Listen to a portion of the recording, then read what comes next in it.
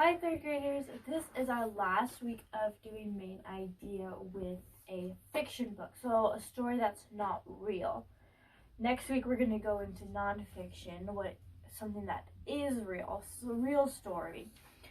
But remember, with main idea, it's the most important thing that's in the story. So we're going to focus really hard this week, trying to figure out what the main idea is in the book Enemy Pie by Derek Munson, and it's illustrated by Tara Callahan King. And it's for my best enemy. Okay.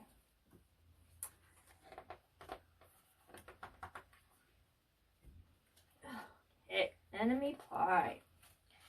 It should have been a perfect summer. My dad helped me build a treehouse in our backyard. My sister was at camp for 3 whole weeks, and I was on the best baseball team in town. It should have been a perfect summer, but it wasn't.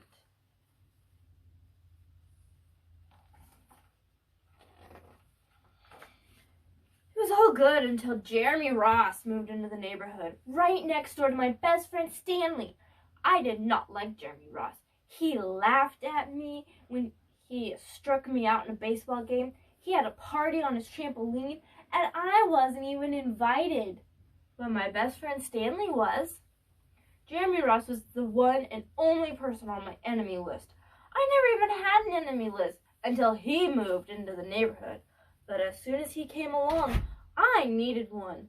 I hung it up in my treehouse where Jeremy Ross was not allowed to go.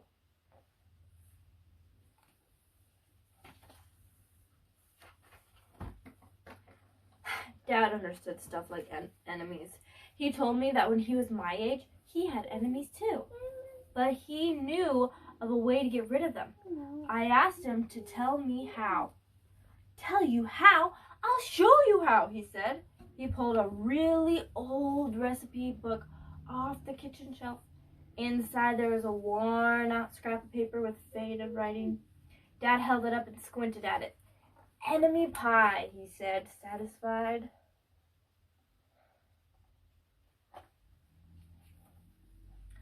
You may be wondering what exactly is an enemy pie. I was wondering too. But Dad said the recipe was so secret he couldn't even tell me. I decided it must be magic. I begged him to tell me something, anything. I will tell you this, he said. Enemy pie is the fastest known way to get rid of enemies. Now, of course, this got my mind working. What kinds of things, disgusting things, would I put into a pie for an enemy? I brought Dad some weeds from the garden. He just shook his head. I brought him earthworms and rocks, but he didn't think he'd need those. I gave him the gum I'd been chewing on all morning. He gave it right back to me.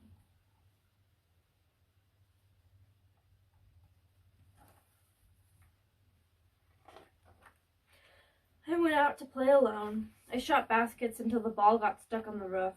I threw a boomerang that never came back to me.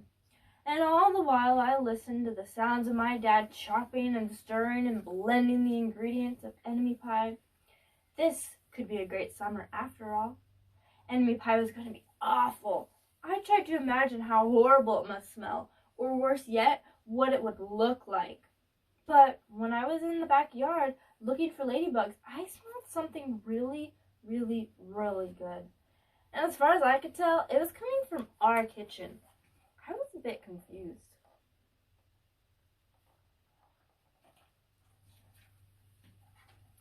I went in to ask Dad what was wrong.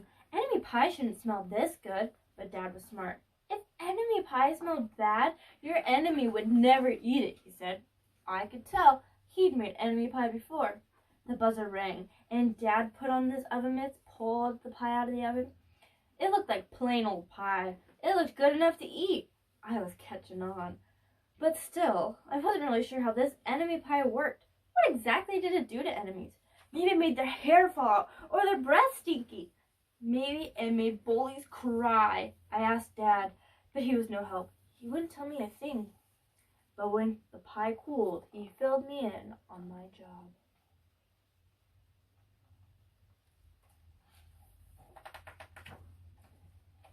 He talked quietly.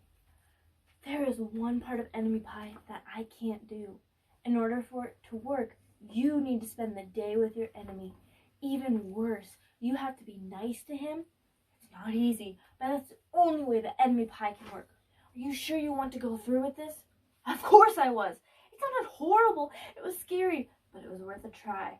All I had to do was spend one day with Jeremy Ross. Then he'd be out of my hair for the rest of my life. I rode my bike to his house and knocked on the door. Okay, and that is where we're going to stop for today's reading.